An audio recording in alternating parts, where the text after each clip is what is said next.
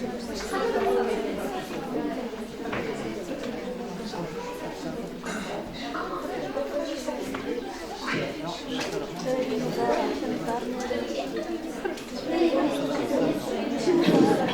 présence, je suis Boumedjine Imel, étudiante en troisième année, licence d'excellence en sciences d'éducation, membre du club Enactus FSE, axe culturel et artistique.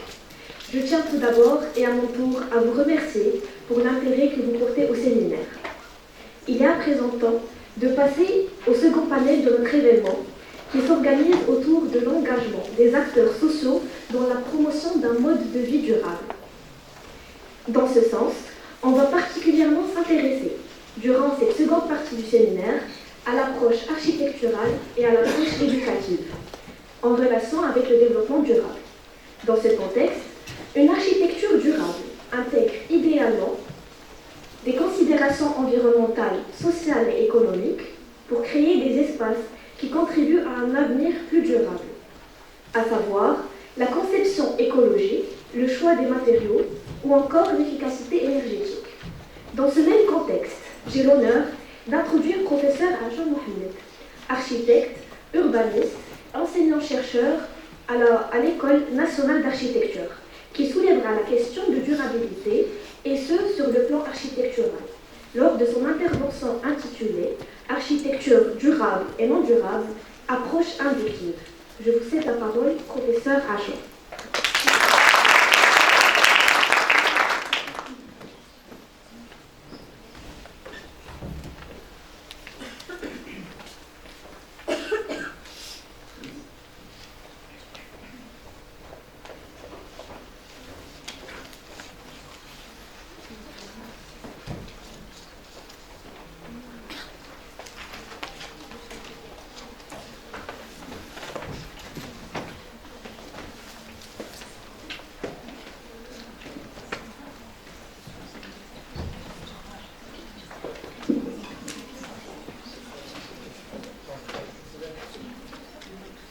Bismillahirrahmanirrahim, wassalatu wassalam ala ashrafil mursalin.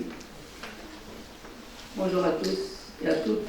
Je tiens tout d'abord à remercier les organisateurs de cette table et d'échange, on peut l'appeler comme ça, cet événement d'échange autour de la problématique de la durabilité. Je tiens à remercier particulièrement Madame Ahlam Fatihi qui a bien voulu m'inviter.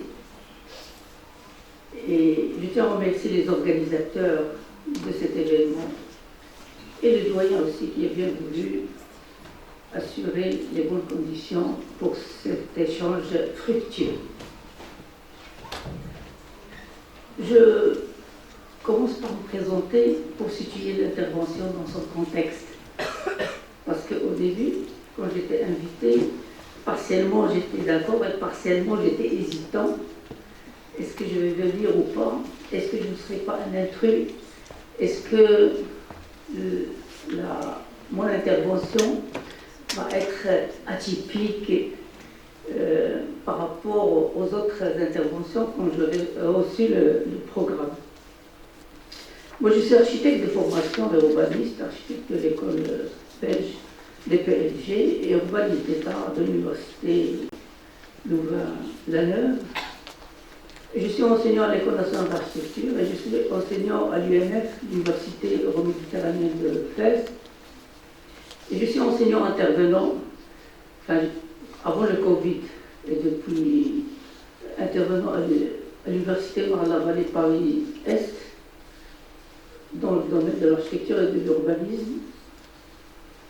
Et mon intervention sera spécialement sur l'architecture, sur le cadre de vie. Ça ne va pas être une évaluation des politiques urbaines, des politiques de la fabrication de l'architecture. Je ne suis pas dans ce registre. Je suis désolée de décevoir, c'est-à-dire me poser la question quelles sont les politiques. Aujourd'hui, je ne pourrais pas répondre. Je suis enseignant, simple enseignant-chercheur. Donc ça c'est pour situer l'intervention dans son contexte. Donc nous sommes des fabricants du milieu de vie de l'homme et je ne peux intervenir que sur ce milieu de vie. Notre objectif, c'est améliorer le cadre de vie de l'homme, le fabriquer en partenariat avec d'autres intervenants, parce qu'il n'y a pas que les architectes, il y a d'autres qui contribuent à la fabrication du cadre de vie de l'homme. Et donc, mon intervention sera très atypique, j'espère qu'elle ne va pas décevoir. Je vais commencer par quelques précautions méthodologiques. Tout d'abord, la difficulté dans notre domaine, quand on parle de la durabilité, la première difficulté qui se pose aux étudiants, aux chercheurs, c'est cette dualité entre le vécu et le construit. Le vécu par l'homme et le construit par les discours, par la communauté du discours, par les chercheurs, par les conférences, les tables rondes. Cette dualité, je vous donne un exemple pour expliquer ça. C'est comme la dualité entre ce que nous comprenons à propos de la théorie de l'héliocentrisme. Vous connaissez, tout le monde connaît la théorie de l'héliocentrisme copernicienne, de Copernic. Tout le monde apprend à l'école que la Terre, elle tourne autour du Soleil. Ça, c'est le construit par la science, par le discours. Mais le vécu, c'est quoi? Quand on se lève le matin, on ne dit pas « Ah, la Terre a tourné et le Soleil apparaît ». On dit « Le Soleil se lève ». Et ça, c'est un exemple de dualité entre le vécu et le construit. Donc nous parlons beaucoup de durabilité. Et même à l'école où je suis, entre les chercheurs spécialistes en architecture, on parle, il y a beaucoup de slogans, il y a beaucoup de formules, il y a beaucoup de définitions. Et quand on arrive à le construire, le vécu plutôt, c'est une grande lacune.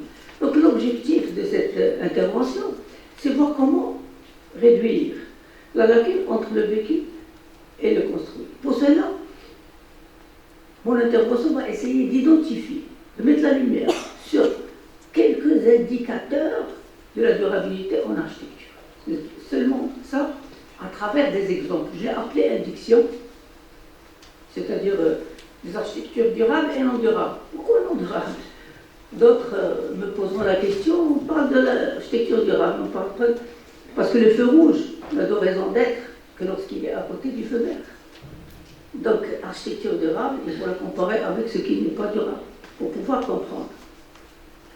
Et c'est une induction, vous savez tous, que l'induction, c'est cette démarche, ce type de raisonnement qui donne la primauté à l'empirie, à l'observation, et qui tire des conclusions généralisables. Ce que je vais vous montrer aujourd'hui n'existe pas sur Internet. Je ne vais pas vous encombrer des définitions de l'Internet, de Google. Ce n'est pas des thèses qui existent, des livres. C'est une simple induction personnelle. Personnelle, partageable. Peut-être partiellement, totalement, pas du tout, c'est pas grave. On peut ne pas être d'accord sur ce que je vais dire. Et si on n'est pas tous d'accord, c'est un bon signe. C'est un signe de bonne santé. Donc c'est pas grave si certaines choses ne seront pas partageables par tout le monde.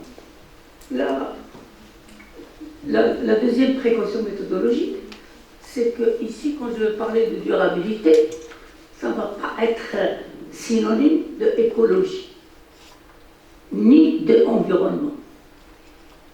Parce que nous, on a tendance à confondre tout, à dire tout, appeler tout durabilité, comme on appelle tous les yaourts Danone. Donc, ici, je parle de durabilité.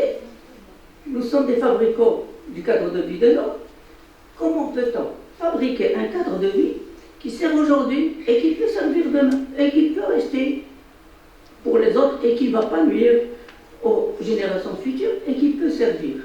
Certains cadres servent aujourd'hui et ne servent plus, ou la servaient hier et ne servent plus aujourd'hui, ou là, demain, il ne sera plus au service de l'homme. Donc la durabilité, ici ce n'est pas l'écologie, c'est-à-dire une architecture écologique et durable. Mais une architecture durable n'est pas forcément écologique. Et on va voir les indicateurs. À partir de ce qu'on va voir, ce sont des exemples palpables, tangibles, qui existent au Maroc et ailleurs, et que vous connaissez, ou je vais présenter. Et de ces exemples, on va tirer des conclusions et des indicateurs qui peuvent nous aider. C'est-à-dire, si on veut faire une architecture durable, il faut faire dans ce sens ou dans l'autre.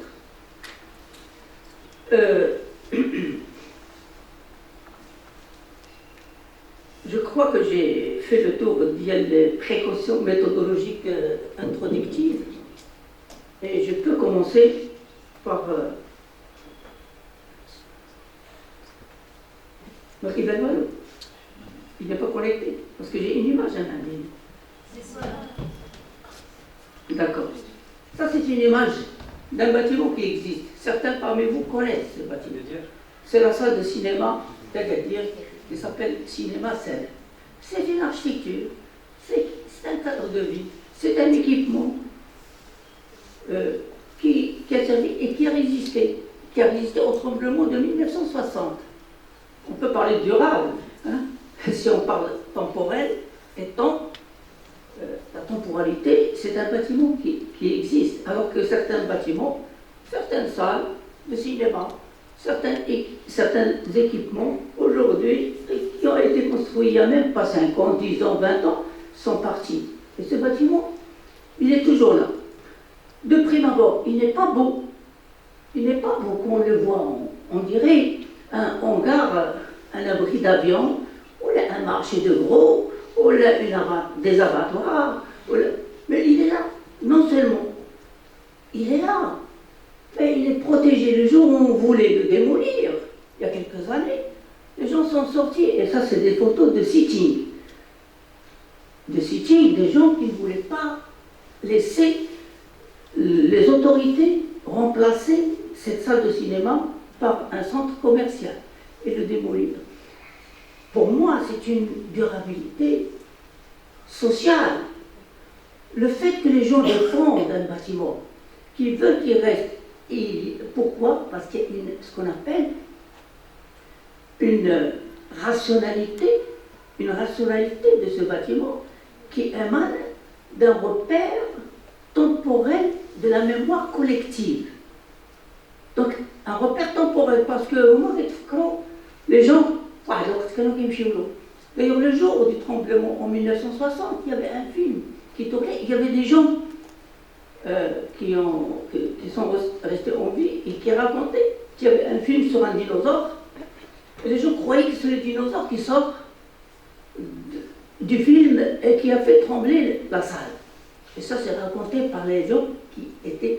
Donc, aujourd'hui, les petits-fils de ces gens racontent ces histoires et ils ont fait un sitting devant la salle de cinéma pour la protéger et ils ne veulent pas... Voilà, le sitting, plusieurs sittings devant cette salle. Ça, c'est une forme de durabilité et on peut tirer des conclusions. Pourquoi ce bâtiment? D'abord, il porte le repère de la mémoire temporelle collective de gens. Ça, c'est un indicateur. On a déjà un indicateur. C'est-à-dire un bâtiment, quand il a cette qualité, il peut durer. Ça, c'est le premier point. Deuxièmement, il n'est pas tombé. Il n'a pas été démoli. Ça veut dire structurellement, il est fiable. Alors que d'autres bâtiments, tout autour est tombé, sauf cette salle qui est restée jusqu'à nos jours. Donc voilà un premier indicateur qui commence à apparaître. On peut appeler ça, parce que le jour où l'architecte l'a fait, cette salle, les gens n'ont pas aimé. Ils ont trouvé que c'est un bâtiment bizarre, qui ne s'intègre pas. Ça s'est raconté par les anciens de la ville d'Agadir. Mais finalement, l'architecte, il a innové. Peut-être qu'il n'a pas pensé à ce tremblement, mais il a innové structurellement. Donc, le critère d'innovation est un indicateur qui peut nous dire ce bâtiment va être durable. Alors que ce bâtiment, que vous connaissez peut-être si vous êtes abattu, parce qu'il est tout près de chez vous. Il a été démoli il n'y a même pas un mois. Il n'y a même pas un mois, démoli. Il a été fait par un architecte il n'y a même pas 20 ans, via un concours d'architecture. Il y avait un jury, il y avait une commande, et c'est le ministère de la Justice. Et il y avait un commanditaire, comme on dit. Il y avait un budget. Il a été inauguré par feu, c'est plus que 20 ans, parce qu'il a été inauguré par feu Hassan II. Donc, il a été inauguré par le roi du pays. Et ce bâtiment, il n'y a même pas un mois, il est descendu, il est démoli. C'est ça l'exemple de durable et non durable. La salle de cinéma qu'on vient de voir, elle est restée. Elle est défendue. Ce bâtiment, personne ne l'a défendu. Personne ne l'a défendu. Peut-être que l'architecte, le concepteur, il a mal au cœur quand il passe, il voit son bâtiment à terre, mais personne n'a dit non, non, non, non, il ne faut pas, ce bâtiment, il était personne. Ça veut dire que ce bâtiment, il présente un problème, soit au niveau fonctionnement, parce que ces gens qui ont démoli ce bâtiment, ils ne sont pas fous. Ils ne sont pas fous. C'est des matériaux, c'est de l'argent, c'est du béton, c'est des briques, c'est du ciment, c'est des morceaux de fer et de marbre et de bois. Tout ça est par terre.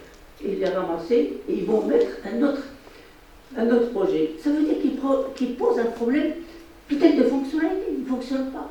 Il pose un problème de fonctionnalité. Et c'est pour ça qu'il y a un écrivain qui a écrit il y a longtemps un livre qui s'appelle Le culte moderne du monument. L'écrivain, il s'appelle Hegel. Hegel, dans ce livre, Le culte moderne du monument, il dit que le monument, il a 3 critères. S'il perd une de ces critères, il peut perdre une, mais pas les 3, pas les 2. S'il perd une de ces critères, il n'est plus appelé monument. Parmi ces critères, la valeur, 3 valeurs, il appelle ça la valeur d'usage. Quand un monument n'a plus de valeur d'usage, pour lui, il n'est pas monument. La tour Eiffel, elle a une valeur d'usage. Elle sert pour la météo, pour la radio. Je vous dis, il y a une autre tour, la tour jumelle de la tour Eiffel. Je ne sais pas si vous la connaissez.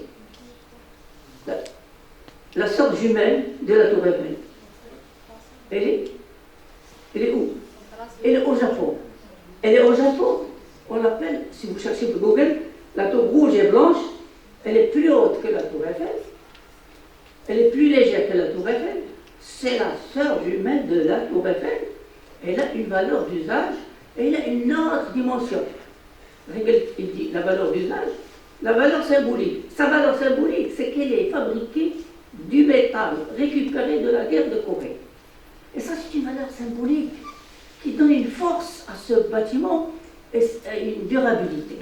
Donc ici, ce bâtiment est parti parce qu'il n'a ni valeur d'usage, peut-être qu'il ne fonctionne pas bien, peut-être qu'il pose un problème de fonctionnement, un problème de circulation, un problème de communication, un problème de confort.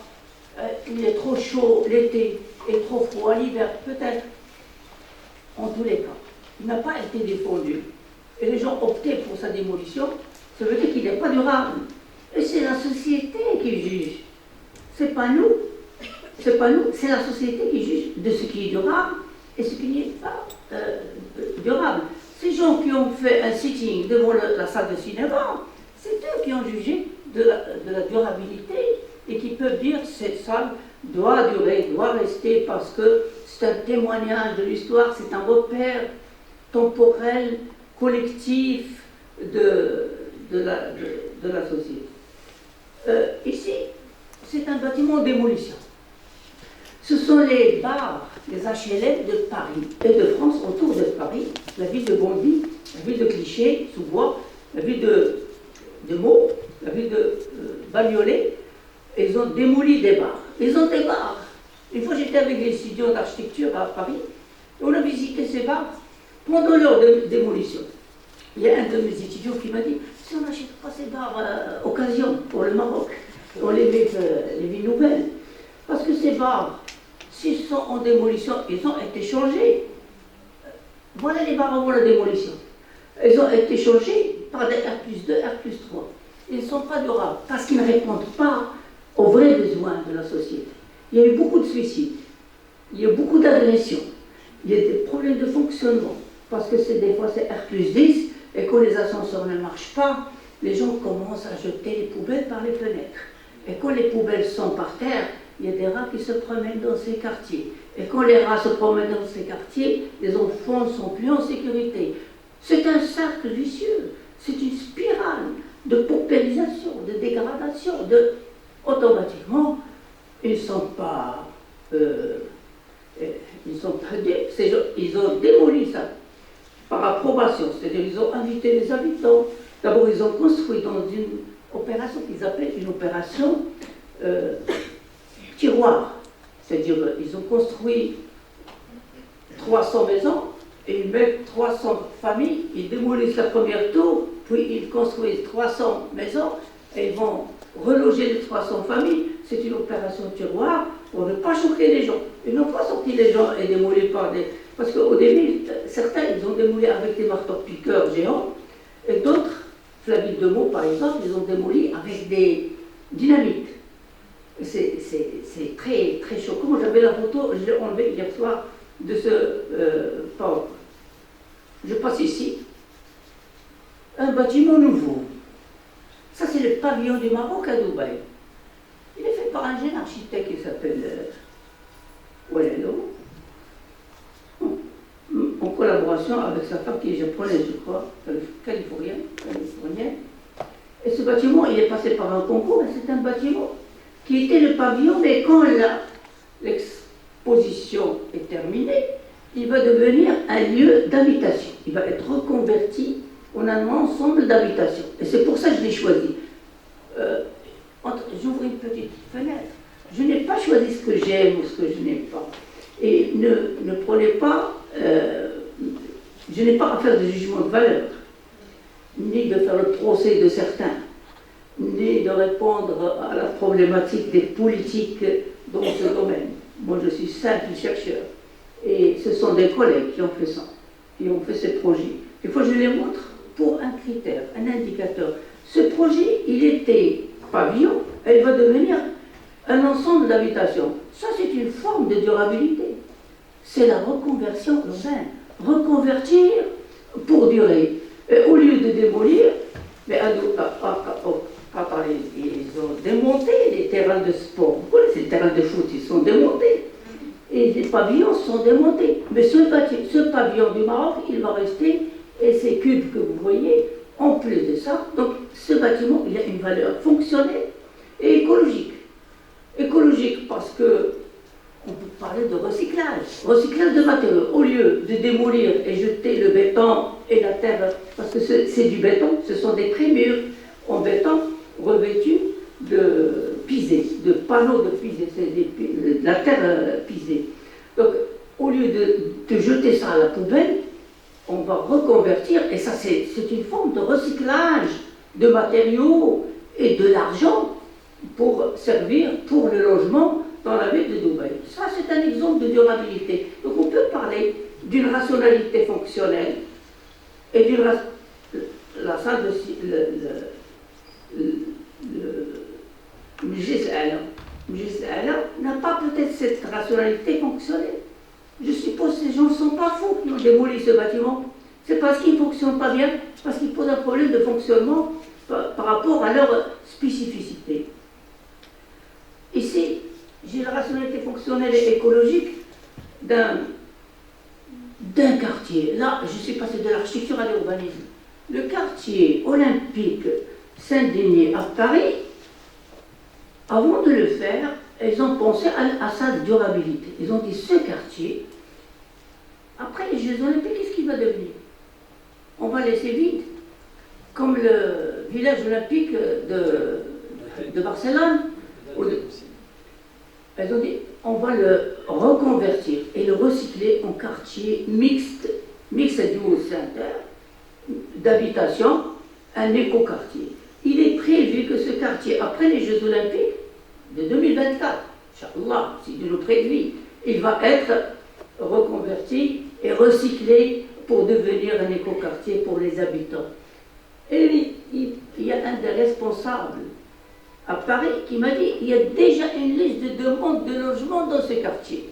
Parce que il passe beaucoup la location, il faut des demandes et leurs demandes durent des fois 4 pour la location, mais un objet de privé, personne à personne.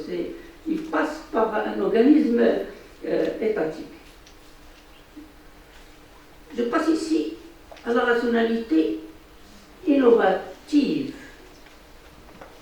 Comme la salle de cinéma, celui qui a fait cette forme, elle n'est pas jolie, mais il a innové. Point de vue structurel, il a innové. Et je vous montre le bâtiment qui est de prime abord simple, il n'est pas très beau, il n'est pas très extraordinaire.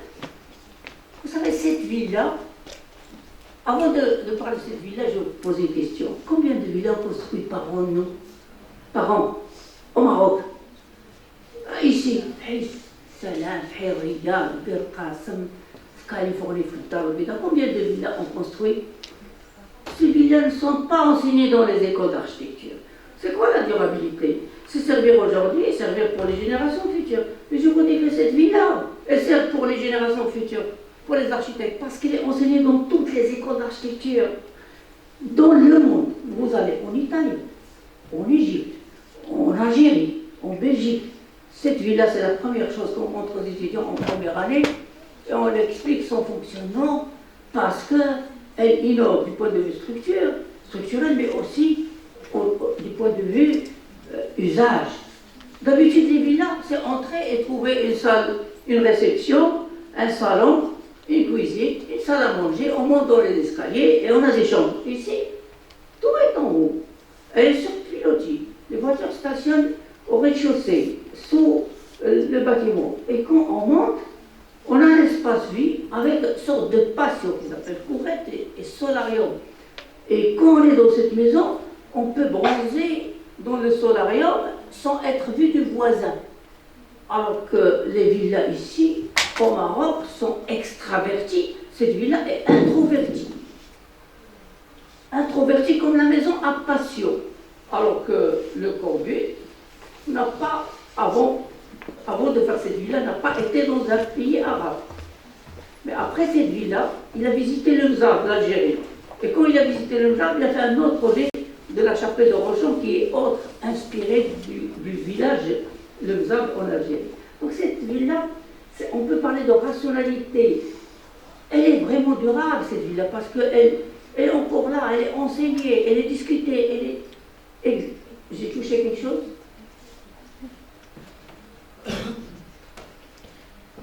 J'ai rien touché. C'est le fil.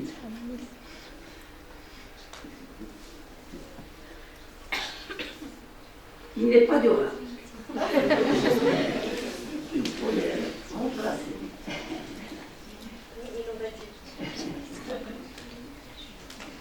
Donc je continue à parler en attendant que ça s'arrange. J'espère.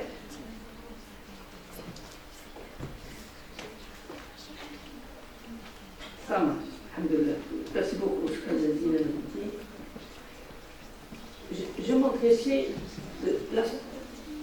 cette ville innove. Elle a une rationalité innovative et parce qu'elle apporte du nouveau dans la conception architecturale. Elle est enseignée comme espace introverti et comme villa. Alors que beaucoup de villas sont construites chaque jour et elles ne sont pas publiées dans les revues d'architecture.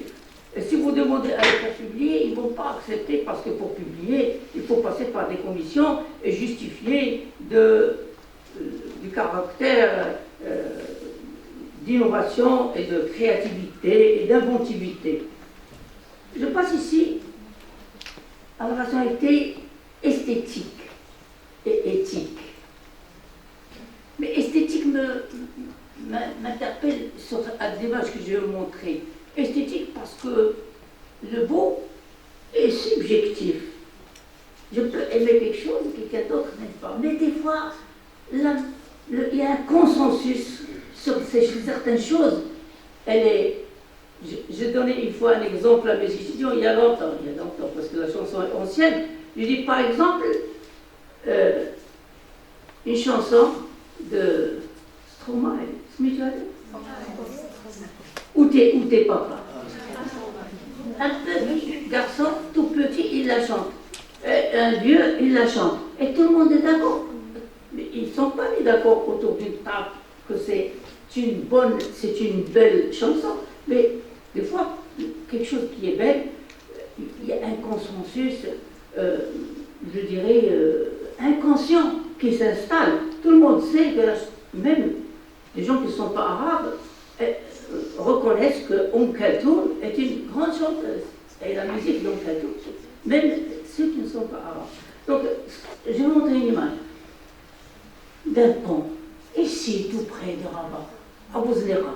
Des fois, je dis à mes étudiants, au lieu d'aller à Barcelone, visiter, et aller au Japon, visiter le Maroc, aller au Mazagon, à Jdida, visiter à Bouzlera, je vois l'ouvrage d'art, et il est toujours là, alors qu'on a démoli beaucoup de ponts, beaucoup d'ouvrages d'art ont été enlevés. Il est là parce que, d'abord, il a conjugué innovation technologique et inspiration authentique de ce qui existe. On trouve la pierre, on trouve l'art marocain et on trouve la structure tendue de l'ingénieur. Et cet ingénieur, il n'a pas dit, moi je suis ingénieur, je m'en fous de l'esthétique, pour moi il faut que ça tienne, il faut que ça... Non, il faut que ça dure, c'est sûr, mais que ça dure aussi matériellement et immatériellement. Il y a des choses qui sont immatérielles. Jemaa est patrimoine mondial, reconnu mondial. C'est un patrimoine immatériel. Il n'y a pas... C'est une surface, c'est un vide, c'est un ciel ouvert, mais Jemaa est reconnu patrimoine mondial aujourd'hui immatériel. Ça, c'est un bâtiment aussi. C'est une maison. La rationalité esthétique et écologique. Et le rapport à la nature. Et ce qu'on appelle la résilience. La résilience, c'est quoi? Un bâtiment résilient, c'est un bâtiment, une ville résiliente. C'est un bâtiment ou une ville qui continue à fonctionner malgré les perturbations. C'est ça la définition de résilience. Ce bâtiment, il est sur la cascade. Cette maison s'appelle la maison sur la cascade. Elle a été construite en 1935 et toujours enseignée dans les écoles d'architecture de Frank Wright. Elle est enseignée dans les écoles d'architecture parce que, d'abord, esthétiquement parlant, on ne peut pas ne pas être d'accord sur la beauté de cette sculpture et cet ancrage dans la nature et ce rapport à la cascade. En plus, même quand la cascade, bon, même quand il pleut, bon, même quand il y a des problèmes je dirais, d'eau de trop, la maison est accessible, on peut entrer, sortir, prendre sa voiture, venir manger, et c'est ça la résilience. Voilà des images, une image de la maison sur la cascade. Elle est enseignée dans toutes les écoles, alors que, comme je disais tout à l'heure, beaucoup de projets se font ici et ils ne sont pas enseignés. Moi, je suis enseignant et je sais l'architecture et je connais les références. Les références, c'est quoi? On appelle ça benchmark. Benchmark, c'est exemple référentiel, c'est les bonnes pratiques. C'est les best practices. The best practices, les bonnes pratiques que d'autres ont fait, qu'on peut utiliser dans la conception, et on les enseigne aux jeunes aujourd'hui. Et moi, je vous dis, j'ouvre une petite parenthèse. Le métier d'enseignant est un métier durable. Parce qu'on a servi des gens, il y a des architectes qui ont été mes étudiants, qui sont architectes aujourd'hui. Il y a même un exemple, il est là, avec nous, dans la salle. Il y a d'autres qui sont enseignants et on laisse des traces d'autres architectes. Et c'est ça la durabilité dans le travail de l'architecte. Moi, je suis à la fin de ma carrière. J'ai commencé à enseigner en 1956 et j'étais très jeune enseignant à l'École nationale d'architecture. L'exemple toujours de... Et je passe la rationalité esthétique et éthique. Éthique. La rationalité esthétique, c'est le beau. La rationalité éthique, c'est le bon. C'est le bon. La rationalité technique, c'est le réalisable, le technologique, la rationalité écologique, ce qui respecte la nature et l'environnement. Donc ce sont les indicateurs, les critères de durabilité qu'on est en train d'induire. Et c'est ça mon travail d'induction personnelle modeste. Maintenant, comme je disais au début, vous n'êtes pas obligé de partager avec moi tout ce que je dis, et vous pouvez ne pas être d'accord sur tout. Ce que je montre, vous connaissez ce bâtiment? Alors si vous ne connaissez pas le mot. Ce bâtiment, c'est la mosquée de Tinmel. Elle a été malheureusement endommagée pendant le séisme de House. Elle date de 1145. C'est là où il y a un roi, le Mouhidine, est enterré. Et cette mosquée, elle est patrimoine reconnu mondial d'abord et visité. D'ailleurs, c'est la seule mosquée qui est visitée par les non-musulmans au Maroc. Parce que depuis sa restauration, 1990, je crois, elle ne sert plus de mosquée, mais c'est un patrimoine visité par les touristes. Et il y a des Japonais, il y a des étrangers qui viennent, qui reconnaissent la beauté esthétique, mais aussi cet espace de culte, ce lieu de culte. Et quand un lieu de culte, moi je dis à mes étudiants, le chercheur doit avoir un esprit scientifique. Et parmi les critères d'esprit scientifique, c'est la neutralité. Être neutre, un lieu de culte, une synagogue, une église, une mosquée, pour moi, c'est la même chose. Et il faut la respecter, c'est des lieux de culte. Et les lieux de culte, ils ont une rationalité éthique. Et cette mosquée, elle est restaurée, elle va être restaurée. Aujourd'hui, il y a même des dons internationaux pour le minaret est tombé. Malheureusement, pendant le séisme, et je vous montre les images. Et là, vous allez être d'accord avec moi sur ce qui vaut.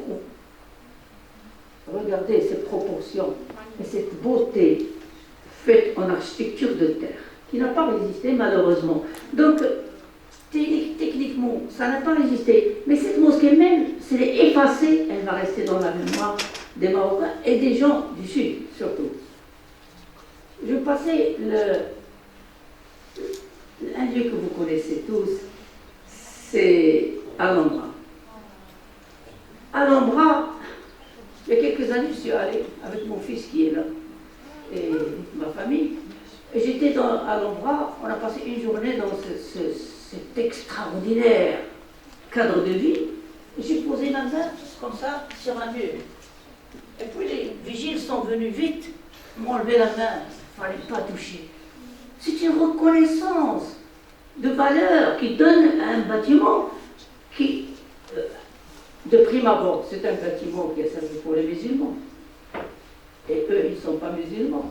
Et d'autres vont dire, ça nous rappelle des mauvais souvenirs. Non, ils protègent. Et c'est un bâtiment qui est visité du matin au soir.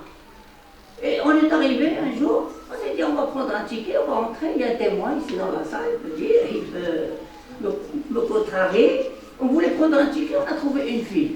On a dit, on va prendre la fille. On s'est mis la fille, et dans la fille, il y avait 30 personnes. On a dit, non, c'est pas 30. Ça, c'est la 4e fille. Il y a 4, il y a 3 filles ailleurs, plus cette 4e fille. Et quoi? J'ai demandé à un Algérien qui était là, qui parlait arabe, donc je lui ai dit, comment vous avez fait pour prendre le ticket? Il m'a dit, il faut venir à 3h du matin pour prendre le ticket. Alors qu'est-ce qu'on a fait? On a passé la nuit sur place pour prendre le ticket le lendemain. On a passé la nuit sur place pour prendre. C'est une reconnaissance, et il y a une convoitise, et c'est une rationalité éthique, parce que cet espace, il représente une religion, une civilisation, mais aussi esthétique, parce que c'est très beau, et tout le monde est d'accord que ça soit des musulmans ou non musulmans, sur la beauté de ces espaces. Donc pour qu'un bâtiment soit durable, et c'est là, on revient à Hegel qui dit, pour qu'un bâtiment soit monument, il faut la valeur d'usage, la valeur esthétique et la valeur symbolique. Ce bâtiment, il a une valeur symbolique pour nous musulmans. Alors la valeur symbolique, je vais vous expliquer en deux mots, parce que j'ai dépassé peut-être. C'est qui le reste? J'ai dépassé. Je peux arrêter. Vous avez quelques minutes. J'ai quelques minutes, je termine. La valeur symbolique, quand j'étais étudiant, ce livre, je l'ai lu quand j'étais au 3e cycle, et il y avait une de mes professeurs qui s'appelle François Chouet, c'est l'écrivain du livre Urbanisme, Utopie, Réalité. Je lui ai posé la question, qu'est-ce que ça veut dire valeur symbolique? C'est elle qui m'a donné le livre le culte moderne du monument. Elle m'a dit symbolique, je vous explique. La bague d'alliance, khatm, des photos, des fois, ils ne font pas grand-chose. Des fois, on l'achète à 1500 dirhams. Et il est là, mais on le garde, on le protège, on ne met pas trois, on ne le donne pas, on ne le prête pas. Parce qu'il a une valeur symbolique. Par contre, un diamant qui coûte 100 000 dirhams, on va acheter une voiture, on vend le diamant, on va acheter un autre, on achète la voiture, l'année prochaine, on rachète un autre diamant. C'est pas grave. Donc la valeur symbolique n'est pas matérielle. Et c'est pour ça aujourd'hui, la Tour Eiffel a une valeur symbolique, parce qu'elle a été construite à un moment où les moyens n'étaient pas. Et il ne faut pas, aujourd'hui, ils ont les moyens pour faire des Tours Eiffel dans toutes les villes. Mais il ne faut pas des Tours Eiffel, on ne peut pas dupliquer la Tour Eiffel. Même si certains, ils ont eu l'idée de faire des Tours Eiffel à Fès, il y avait un responsable qui a mis une Tour Eiffel, et puis aussi ils ont fait une Tour Eiffel, et je trouve ça pas très correct, pour ne pas dire plus. Je vais passer à cette image. Je ne sais pas si vous connaissez cette image. Ce bâtiment, il est à Casablanca. Ce n'est pas un hôtel, ce sont les abattoirs de Casablanca de Hil Mohammadi. Apparemment, il n'a aucune fonctionnalité. Il n'a aucune valeur esthétique. Mais ils sont défendus à mort par les gens de Hil Mohammadi. Ces gens de Nasr Ewan, ces gens de Ouidad al-Raja, ces artistes. Parce que Hil Mohammadi, c'est un quartier des artistes. Et ces gens, ils ont défendu. Aujourd'hui, il est presque patrimoine classé, protégé, ce bâtiment, les abattoirs. Moi, j'étais dans des jurys de soutenance d'étudiants, au moins 4 qui ont travaillé sur la reconversion des abattoirs de Casablanca. Et quand ils arrivent à montrer ce qu'ils ont proposé aux gens de Hil Mohammadi, les gens sont fermes, ils ne veulent pas que quelqu'un touche. Pourquoi? Parce qu'il y a un repère de la mémoire. Un repère de la mémoire de ce quartier. C'est là où il y avait Batma.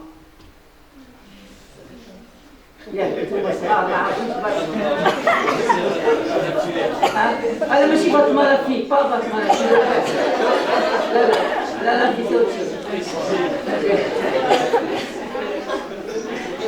Voilà, ce bâtiment est là. Aujourd'hui, il est protégé. Il y a des associations, il y a Casa Mémoire qui le protège et ils sont en train de réfléchir. Il est durable.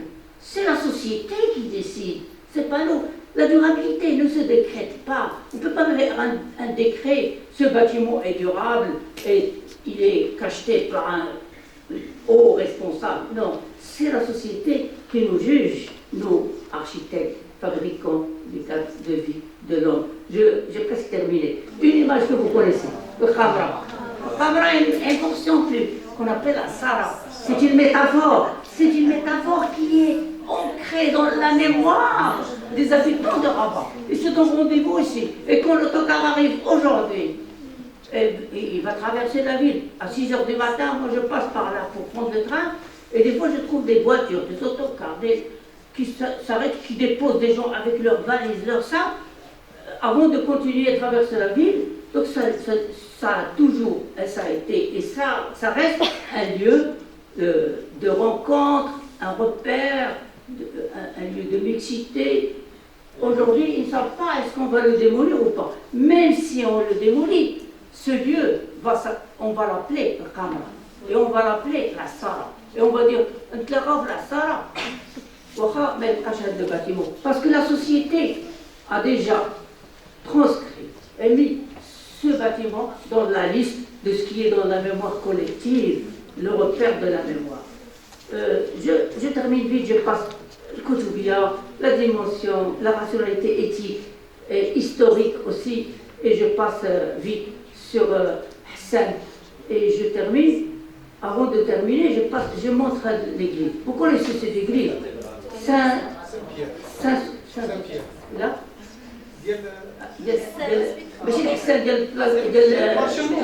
L'océan, Saint-Joseph. C'est Saint-Joseph. Vous savez, quand j'étais petit dans cette église, il y avait l'église. Et puis il y avait Gilbert. Et après, elle a été transformée en salle, en centre culturel. Aujourd'hui, c'est un centre culturel. Mais on l'appelle toujours l'église. Parce que moi, ça m'a fait mal. Ils ont enlevé la croix. Pas de problème. Mais ça me fait mal au cœur qu'on a greffé des volumes.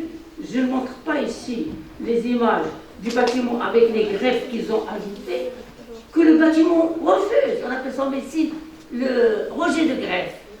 Le bâtiment, qu'on passe à côté de ce bâtiment, on dirait que ce bâtiment, il refuse, il rejette ces cubes qu'ils ont collés, et ce bâtiment est toujours appelé l'église de l'océan, Saint-Joseph, et à mon avis, il va durer. Et un jour, ils vont peut-être revenir à cette église, ils vont dire il faut mettre un musée au lieu de mettre un centre culturel. La rationalité historique, il y a ce bâtiment, vous connaissez?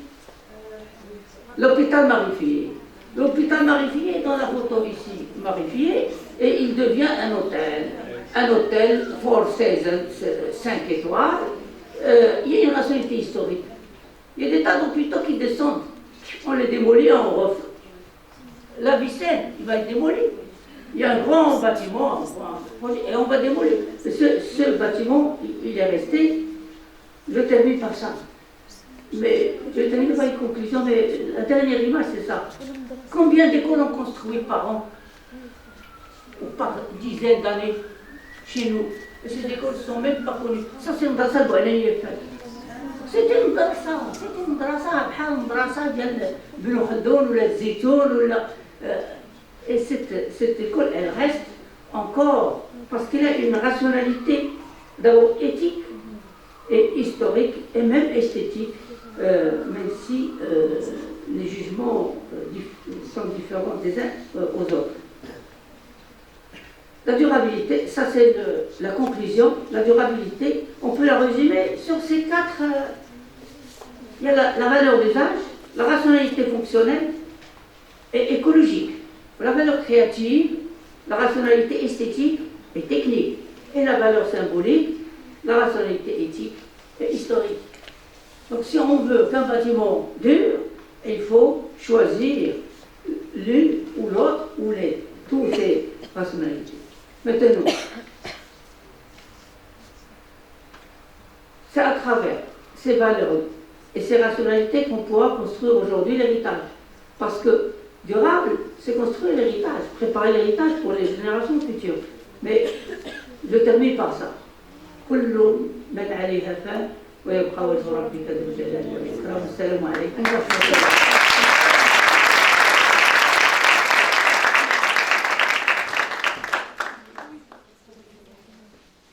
Merci professeur. Pas de réponse aux questions. Merci professeur.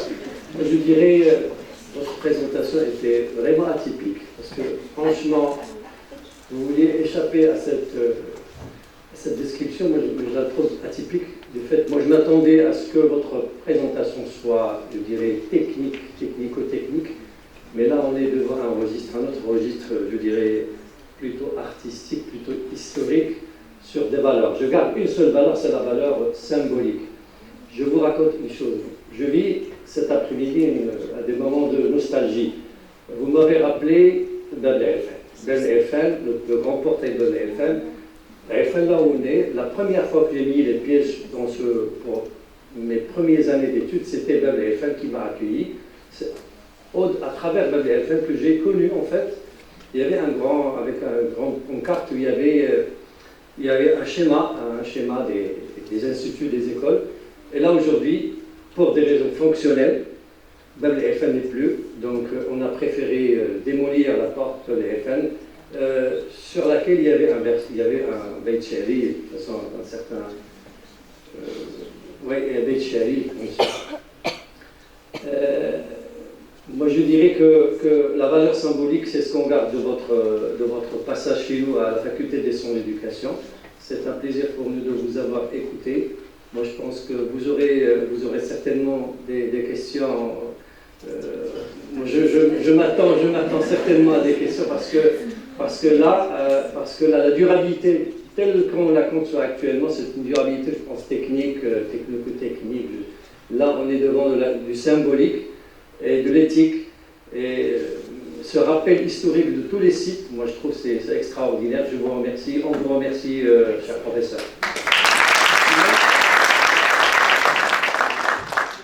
Si vous permettez, j'ai une question avant que les autres posent la question. Moi j'ai une question. Je suis enseignant depuis 1986 et on a commencé à l'ENA tout près de chez vous. 90, je crois. On est passé avec l'INO. Puis on est passé à l'autre bâtiment. Je suis enseignant à Fès, on m'a invité, je suis enseignant à l'Université Euro-Méditerranéenne, je suis enseignant à Paris. Et je me pose la question que je vous pose, on ne m'a jamais invité dans ces écoles voisines géographiquement, je n'ai jamais été invité ni à l'INO, ni dans cette île. C'est la première fois que je l'ai.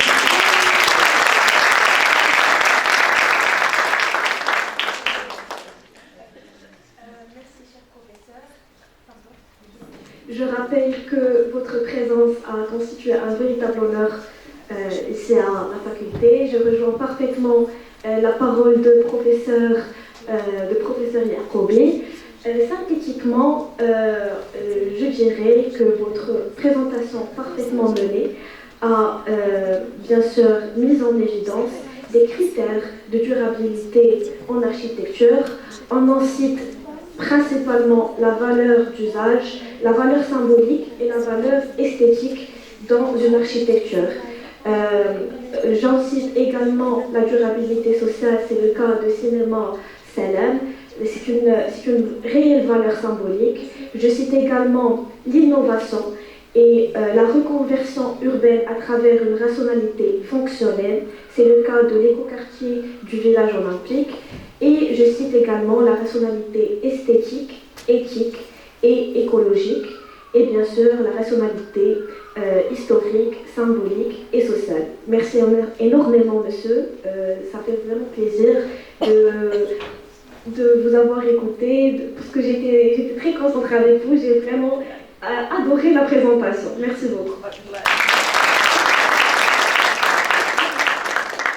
Donc, chère assistance, il est évident qu'investir en une éducation axée sur le développement durable garantit certainement la construction d'une nouvelle génération de citoyens responsables et conscients de l'impact de leurs actions sur la planète Terre. De ce fait, l'éducation est considérée comme un levier puissant pour construire un avenir plus durable où les individus sont habilités à prendre des décisions éclairées et à œuvrer collectivement pour préserver notre planète. Et ses professeurs, Lormani Kauchaba, professeur habilité à la Faculté des sciences de l'éducation, docteur en analyse et évaluation des systèmes d'éducation et de formation, qui mettra en exergue le cadre stratégique et les réformes curriculaires mises en place pour soutenir une approche éducative alignée aux objectifs du développement durable. Dans son intervention intitulée « Le développement durable en éducation, approche curriculaire et enjeux stratégiques ». Sans plus tarder, je vous cède la parole, cher professeur.